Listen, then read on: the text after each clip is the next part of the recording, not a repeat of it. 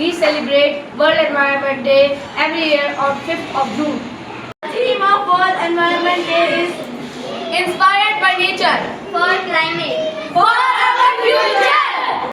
We should plant more trees to keep our environment clean and green. Saving water is everyone's responsibility because water is essential for life. Green surrounding help us to stay healthy and prevent diseases. Reduce the use of motor vehicles. Using bicycles and public transport can reduce air pollution.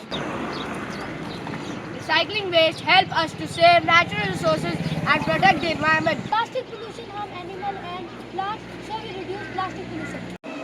Every student can help by switching off lights and fans when not in use.